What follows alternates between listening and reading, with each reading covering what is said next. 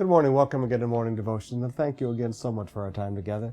Those of you at East Campus, remember we're preaching on the beauty of the Father's grace as we go into revival nights, Wednesday night and Thursday night out at East Campus. Please come. The traffic, I know, is going to be terrific, but God's even better. So we look forward to seeing you in the services.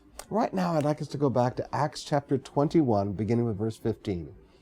After this, we got up and went up to Jerusalem.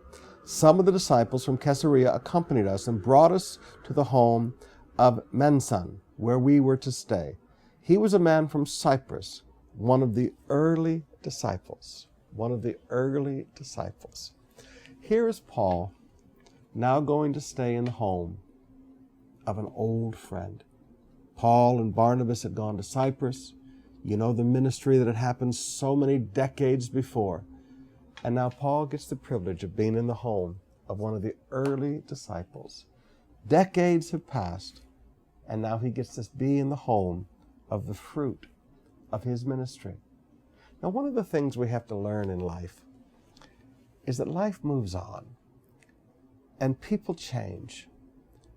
And where at one time we were the one blessing them because they were just babies, now they're taking care of us because they're mature Christians. Part of ministry and part of leadership is letting people grow up and learning to receive from them. Recognizing that these young early disciples that we poured so much into, now we're the ones receiving from them. And it's a little bit of a humbling experience. I mean, it's kind of a humbling experience. There's a young man in the church several years ago when Sister Bev was on vacation. He called me up one Sunday night after the service, and I was almost home. I'd just finished 5 services, and I was exhausted.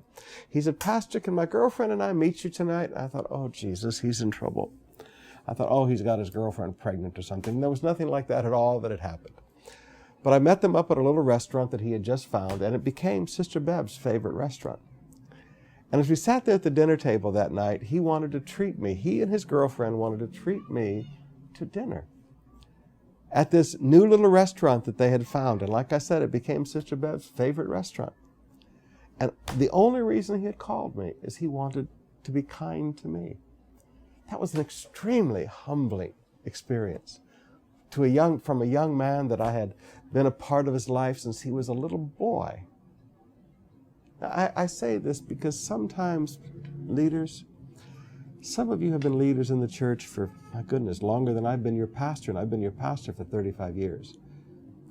And you have to realize that some of the young ones that have grown up, they're going to do some nice things for you. You're going to be on the receiving end. And it's not always going to be easy to be on the receiving end. But let them bless you in Jesus' name.